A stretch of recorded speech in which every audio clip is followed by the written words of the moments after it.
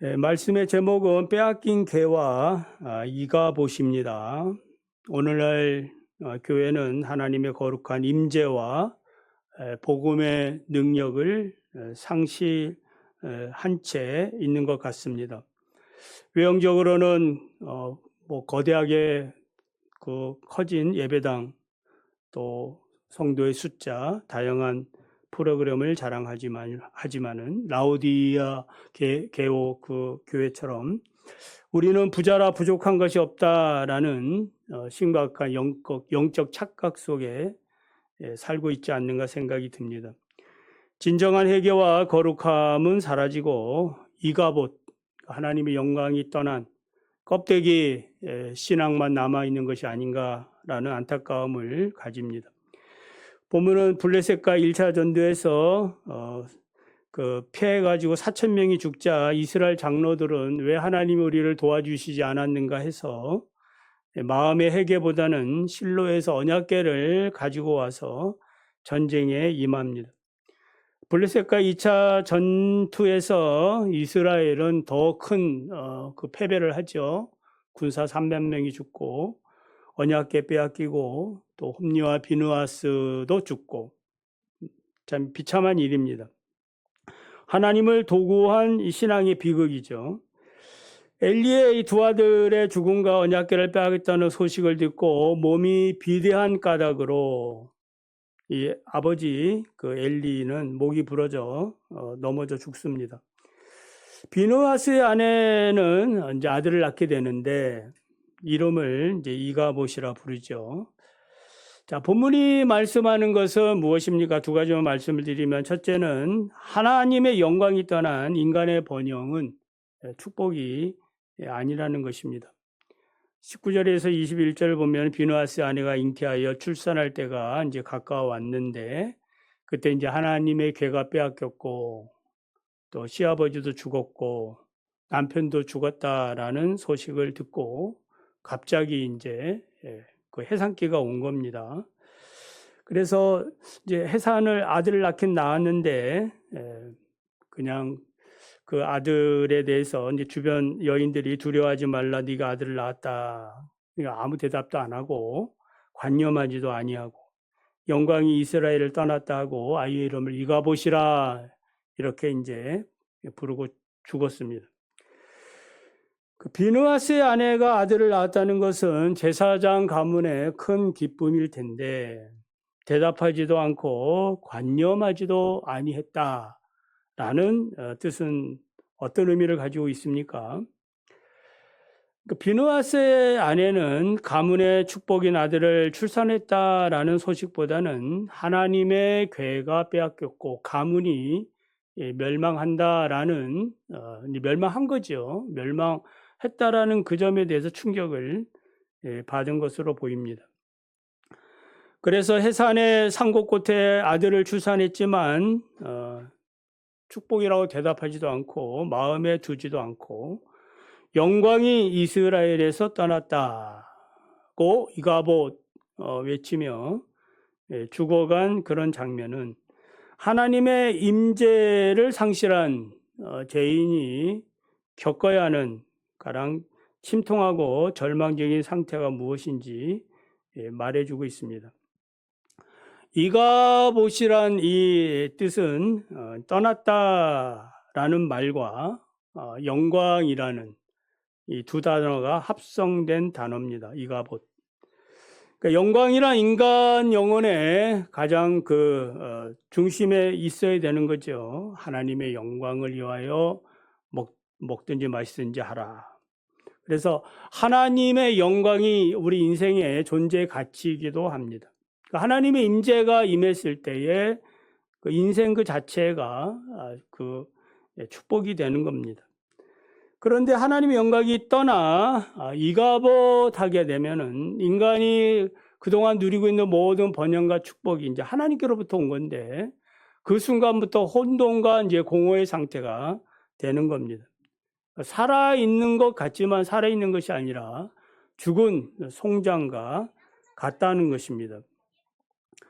여호와의 궤의 이 상실을 슬퍼하며 죽어간다는 점은 교회의 이 복음의 핵심을 잃어버렸을 때에 그것을 보고 안타까워하는 그런 비느하스의 아내와 같은 심정을 우리는 가질 필요는 있는 겁니다. 그러니까 아들을 출산했다라는 그러한 그 기쁨보다는 하나님의 괴를 빼앗겼고 하나님의 저주가 임했다라는 것에 대한 영혼의 그런 영혼이 찢어지는 그런 절규입니다. 호세아 9장 12절을 보면 비록 그들이 자식을 기를지라도 내가 그들을 없이하여 한 사람도 남기지 아니할 것이라. 내가 그들을 떠나는 때에는 그들에게 화가 미치리로다. 그러니까 하나님이 떠나면, 그러니까 이가봇이죠. 그러니까 북이스라엘 영적 간음을 이렇게 이제 호세아 선지자가 책망하는데 자식을 낳고 뭐 번영을 뭐 우리가 이제 꿈꾸지요. 기대하고. 그럴지라도 하나님이 떠나버리면은 사람이 가지고 있던 모든 번영은 이제 화가 된다라는 그런 경고의 말씀이에요. 그래서 비느하스 아내의 침묵과 이 죽음은 하나님의 부재를 자기 목숨보다 무겁게 여긴 한 여인의 절규입니다. 그래서 이런 이가봇의 절규는 교회뿐만 아니라 오늘 우리 정치, 우리 사회에도 이제 메시지를 주고 있습니다. 우리 모두는 이번 이제 6.3 지방선거를 보면서 이 참정권이 보장되지 않는 그런 모습을 보았지요. 뭐 그냥 뭐 그런가 보다 이렇게 뭐 생각하시는 분들도 있겠지요. 그러나 국민의 한 사람으로서 대한민국의 민주주의는 끝났구나 이런 이제 생각 그걸 우리가 들었으면 한다는 거죠. 왜냐하면은 선거는 민주주의의 꽃 아닙니까? 민주주의를 지탱하는 그 기반이 선거입니다. 이게 선거 자체가 오염이 돼 버리면은 그래서 뭐 전에도 뭐 우리 탄핵당한 뭐 그 윤 대통령 뭐 그런 다 부정선거 얘기하지 않습니까? 그러니까 이러한 그 참정권이 이 부정된 것으로 인해 가지고 이제 이러한 것들 어떤 근거를 또 마련해 또 주고 있기도 하는 것 같아요. 그래서 투표지 부족 사태로 가져온 이 파장으로 인해 가지고 20, 30대 청년들이 이 무너져가는 민주주의를 지키려고 공분하고 애쓰는 모습을 보게 됩니다. 물론 뉴스에서는 뭐 축소해서 뭐 그렇게 제대로 보도하지는 않습니다만은 유튜브를 보면은 이제 많은 것들을 알 수가 있습니다. 그래서 민주주의의 근간을 세우는 이 보수 진보를 떠나가지고 하나 되어지는 우리나라가 민주주의라면 민주주의를 세워 나가는 데 있어서는 너나 나 할 것 없이 우리가 마음을 모아야 될 따라 생각이 듭니다. 그래 이가봇 과연 우리나라의 민주주의 영광이 떠났을까 이런 질문들을 해가면서 누군가는 나라와 민족을 위해서 기도하고 또 걱정해서 하나님이 진정 이 나라를 지금까지 지켜오셨고 또 앞으로도 지켜나갈 것인데 다시 한번 이런 절규에 그냥 뭐 알아서 하겠지 먹고 사는 문제로 이렇게 하지 마시고 관심을 갖고 나라를 위해서 기도해야 될 줄 믿습니다. 그 우주 물리학에서 보면은 이 블랙홀 여러분 들어보셨지요? 블랙홀 뭐 일반적인 그런 상식은 한 구멍이 이제 빨려 들어간다라고 이렇게 알고 있는데 이건 잘못된 것이고 좀 더 정확한 이야기를 해보자면은 블랙홀은 이제 태양보다 큰 어떤 그 별이 있어요. 거대한 별. 그래서 이 별이 이제 수명을 이제 다 하면은 그 별이 그동안에 이제 그 지탱하고 있는 거는 이제 핵융합 에너지가 이렇게 있고 중력이 이렇게 해서 서로 이렇게 이제 둥그런 것을 이렇게 유지했다가 보면은 그런데 이제 이 별이 수명을 다 했어요. 그러면 이제 에너지가 이제 없어지거든요. 마치 이제 우리 그 민주주의의 어떤 그 에너지가 없어지면은 어떻게 되는 거예요? 그 자체 붕괴해버리고 마는 겁니다. 그래서 엄청난 이 중력이 이제 사라짐을 해서 이것이 어떻게 되는 거예요? 그냥 쪼그라드는 겁니다. 그러니까 이 큰 것이 자체적으로 우리가 근육도 똑같죠. 이 근육이 이렇게 버티면은 이렇게 힘을 내 살아가는데 이 축소되어 버리면은 그냥 우리의 생명을 다하는 것처럼 이 줄어들면서 어떤 현상이 일어나느냐 하면은 요게 이제 이 거대한 것이 줄어드니까 이 안에 있는 모든 것들이 어떻게 되는 거예요?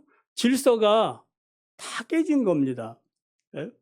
그러니까 우리 이 건물이 이렇게 줄어들면은 어떻게 돼요? 그냥 뭐 이상한 그런 모습이 되는 겁니다. 그렇게 생각하시면은 되겠습니다. 그러니까 밀도가 커져 가지고 그러니까 빛이 들어와도 빛이 돌아갈 수 있는 길이 없는 거예요. 그게 이제 블랙홀이다. 그러니까 빛이 오면은 도로 나가야 되는데 나갈 길이 없는 겁니다. 너무 그냥 뭐 복잡한 그러한 그 시공간에 왜곡이 생겨가지고 이것이 이제 블랙홀이라고 얘기를 해요.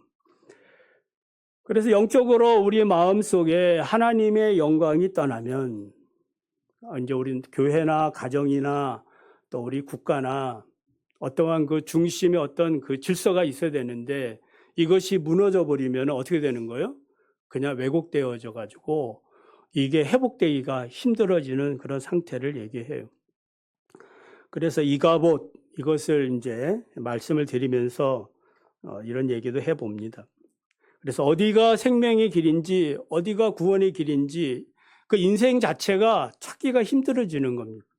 그러니까 계속해서 견나가고 그렇게 나가는 거예요. 질서가 없거든요. 하나님의 은혜가 아니면 이제 회복이 안 되는 것을 얘기합니다. 스페인의 궁정화가 프란시스코 고야 유명한 화가죠. 말년에 자기 집 벽에 그린 연작 중에 자식을 삼키는 사투르누스라는 그런 이제 그림이 있습니다. 이 끔찍한 그림이라 그래요. 광기 어린 신이 사투르누스인데 어둠 속에서 두 눈을 뒤집어 쓴 채 자신의 손으로 자식을 몸뚱아리를 뜯어먹고 있는 그런 피비렛 나는 참상을 그린 그런 그림입니다. 그러니까 고야는 이 그림을 통해서 이성을 잃고 광기에 빠진 인간의 세계 파멸을 그린 겁니다. 이것은 마치 이제 하나님의 언약궤를 빼앗기고 영광이 떠난 엘리 가문과 이스라엘의 영적 몰골에 대해서 잘 표현한다라고 할 수 있습니다. 그러니까 우리나라도 그럴 수 있다. 우리 가정도 교회도 언제든지 이렇게 비참해질 수가 있는 겁니다. 이 블랙홀 기억해 주시면 고맙겠습니다. 두 번째는 인간의 절망 중에 하나님은 자신의 이제 주권대로 일하시는 분입니다. 22절에 보면 또 이르기를 하나님의 궤를 빼앗겼으므로 영광이 이스라엘에서 떠났다 하였더라. 그러니까 비느하스의 아내는 언약궤를 빼앗겼으므로 영광이 이제 영원히 떠났다라는 이 절망적인 그러한 이제 외침을 하고 이가봇 숨을 거둔 거지요. 정말 하나님께서는 그 인간이 생각한 절망 가운데에 갇히시는 분이냐? 어떤 분이세요? 그런 분이 아니죠. 인간은 절망하고 실패하고 역사가 왜곡되고 무질서해질지라도 하나님은 자신의 주권대로 자신의 일을 하시는 분이에요. 그래 저희 집사람한테 뭐 나라 이렇다 저렇다 얘기하지 말고 기도하세요. 하나님 앞에 기도하세요. 우리가 말을 뭐 이것저것 해봐야 또 참된 진리도 아니고 왜곡된 것들이 많거든요. 저도 이렇게 얘기합니다만은 정확한 것 아닐 수도 있어요. 그렇지만 정확한 것은 뭐예요? 하나님뿐이죠. 믿으시면 아멘.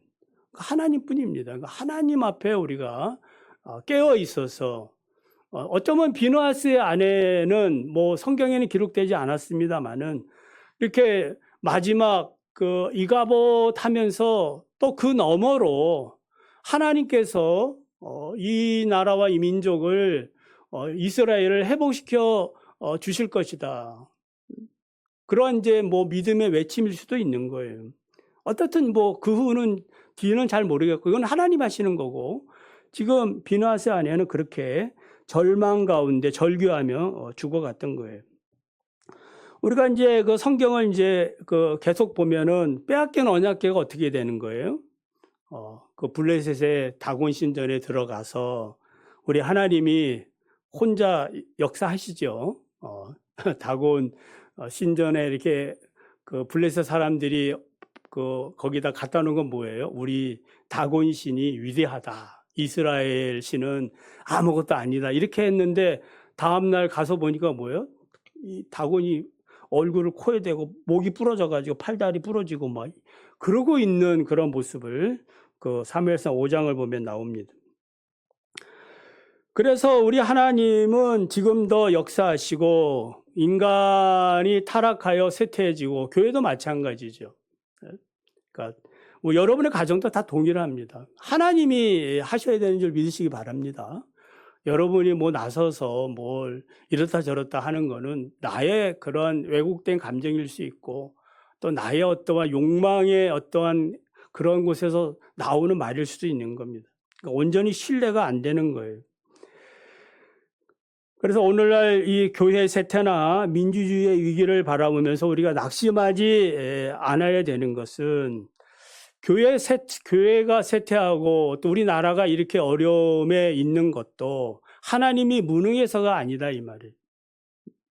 그러니까 이 사람들 지도자들 하나님 앞에 바로 서지 못하고 세속화되어지고 이런 것에 대해서 우리 하나님이 정죄하시고 교회로 하여금 좀 깨워서 좀 기도하라.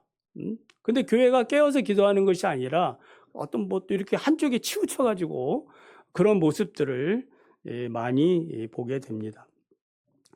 그래서 하나님은 세상의 비웃음 속에서도 거룩한 성도들을 통하여 하나님의 영광을 다시 회복할 것임을 믿으시기 바랍니다.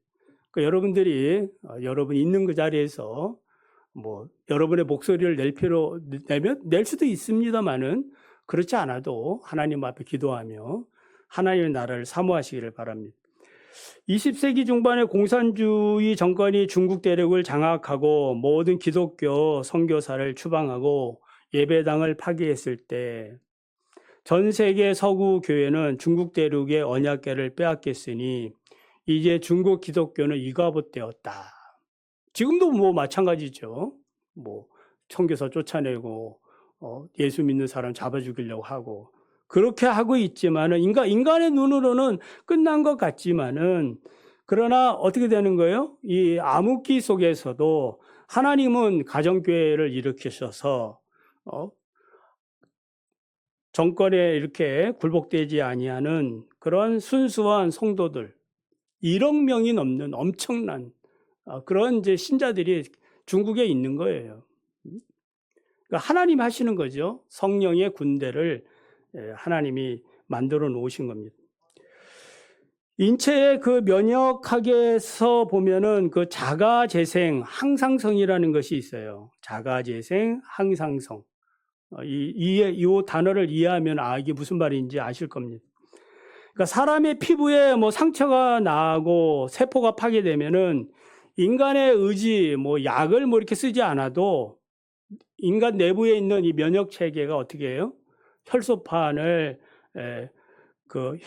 보내 피를 막고 백혈구를 보내 바이러스를 박멸하고 이런 이제 그 파괴된 것들을 새롭게 재생하는 그런 능력이 있습니다.